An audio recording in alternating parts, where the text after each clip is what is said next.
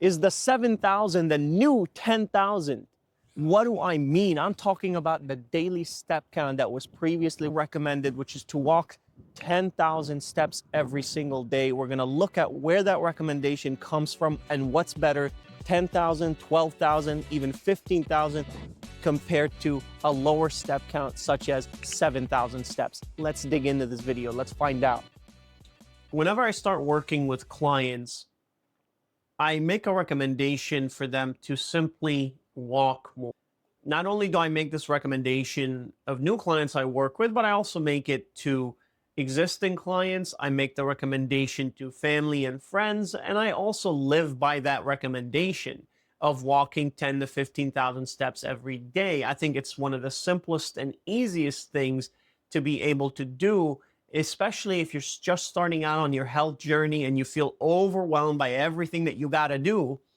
Simply walking more, you're going to see a ton of benefits. Not only will it help you, yes, lose some weight, increase the amount of calories that you're burning, but also it's so beneficial from a cardiovascular health perspective. It's beneficial for your mental and emotional health, your metabolic health. There are lots of benefits that you're going to realize from simply walking more. And that's just because we live in our modern society today. Most of us are seated most of the time. If you think about it, when you work, you're seated, you commute anywhere between 1 to 2 hours a day total to and from work. You come home and you sit down, you're watching TV and eating and relaxing. Bottom line, we live a pretty sedentary lifestyle. We don't go out very much. We don't spend enough time outdoors. We don't spend enough time walking or hiking. So that's one of the simplest recommendations that you could start implementing today. And it's the easiest, right? You don't need a gym for it. You don't need any fancy equipment. You just simply need to put your shoes on and go outside and walk. Now, I will say if you have a dog, that tends to be a little bit easier because they force you to walk. I'll tell you, I don't know if I would go outside walking in Chicago in the cold on any day, snow, rain, windy. I wouldn't go out there and walk if it wasn't for my dog that I need to walk. So that's kind of one of the simplest recommendations. But 10 to 15,000 steps a day can seem pretty daunting and unrealistic for most people to achieve, especially if it's a person that in general is not active or at least has not been active in the past, whether they're just lazy or they just want to put in the least amount of effort to achieve their goals. There's lots of reasons. Like I have a client that I worked with for couple of years, and I would constantly remind him to walk more, hit the 10,000 to 15,000 steps a day, walk more. And only recently did he actually just start getting outside and doing some form of rucking with the weighted vest and walking. So I was thrilled. But the bottom line is 10 to 15,000 steps seems unrealistic for most people. And I wanted to dig deep into where does this 10 to 15,000 step recommendation come from? And is there any evidence to support that you really need 10 to 15,000 steps, or can you do with slightly less than that and still get all the benefits on your physical and emotional mental health that come from walking, but just doing less than 10,000? And I'm going to tell you what I found. But before that, we're going to go back to the origin story and figure out where does this 10,000 step recommendation that many, including myself, make, and other fitness coaches, influencers, people online, fitness companies, doctors, where does this recommendation come from? We got to go back to the 1960s in Japan, where a company came out with the first commercially available pedometer, and it was called, and I'm probably going to be butchering this because I don't speak Japanese, which literally translates to 10,000. No science to suggest that 10,000 steps is what we should all be doing. The reason we think it's 10,000 steps is a Japanese company, a couple of decades or more, decided to produce a pedometer And Mampoke, I'm sorry, any Japanese speakers if I'm getting the pronunciation wrong, Mampoke was 10,000 steps. And because it sounded cool, that's what they went with. And they encouraged and they created this whole cult of 10,000 steps. As I started to dig deeper into this a little bit, I began to realize this 10,000 daily step count recommendation isn't actually based on any science. It is based on marketing. That name is easy enough to remember. 10,000 became the simplest thing to communicate to people, and it's spread. So now everybody knows that, hey, 10,000 steps is what you should be aiming for. But that's inaccurate, because what this meta-analysis, which is basically a study that looks at other studies and comes to a conclusion about what those studies found, communicates that point. It found that actually many of the benefits that you see from walking, benefits on metabolic health, emotional and mental health and physical health, start to happen right around the 7,000 step mark.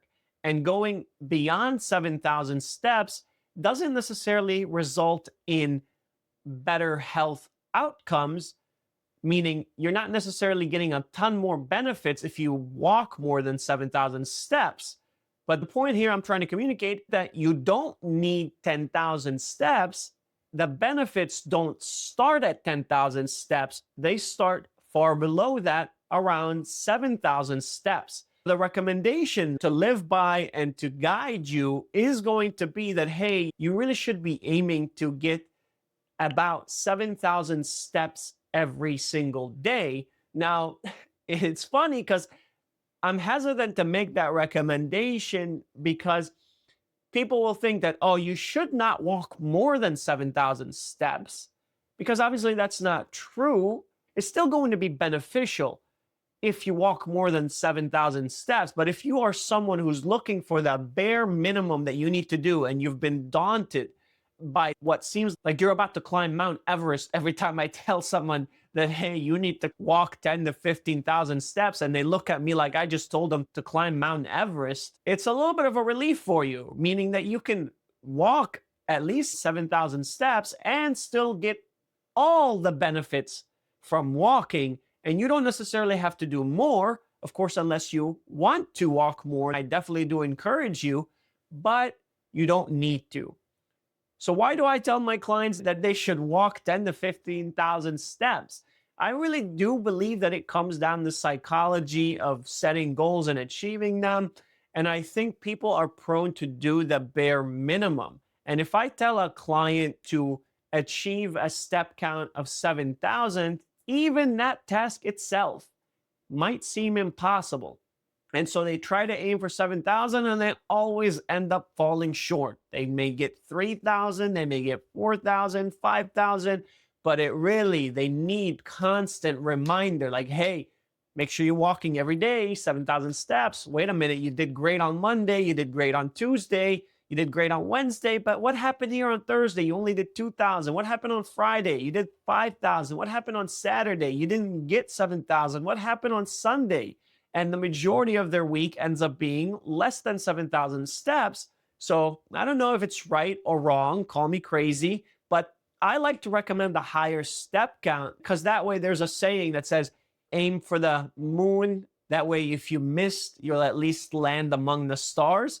I think that's true, and there's something to that here, that if I recommend to someone like yourself, for example, hey, walk 10 to 15,000 steps, when you have that goal in mind and you keep pushing and pushing every single day to try to achieve that 10 to 15,000 steps a day, you might be falling short, but you're definitely going to be hitting 7,000 steps, versus if I tell you your goal is 7,000, then suddenly that task becomes impossible, and you're not going to be achieving it, so you always end up falling short below 7,000 steps. So is it right? Is it wrong? I'm not sure, but from my experience working with clients, when I tell them 10 to 15,000 steps, they actually end up achieving somewhere around 7 to 8,000 steps. But hey, I'll take that, because that is well aligned with what the recent evidence shows, that most of the benefits of walking are going to come right around the 7,000 step mark.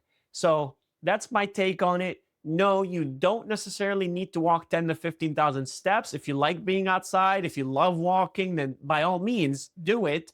But if you're a person that absolutely hates walking and are just doing it for the health benefits, then all you really need to do is 7,000 steps.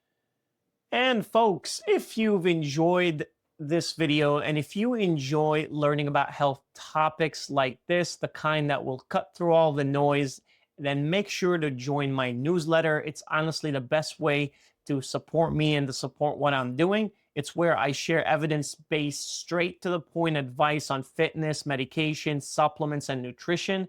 And you'll also get free access to every guide I've created, including the one I did on nicotine and the supplement blueprint I have, and all the new resources that I will release with each video. If you're interested, you can go ahead and sign up using the link in the description below. It's free and it's honestly the best way to stay in the loop. And if you enjoyed this video, then make sure to check out this video right here and make sure you hit and subscribe. Thanks so much for watching.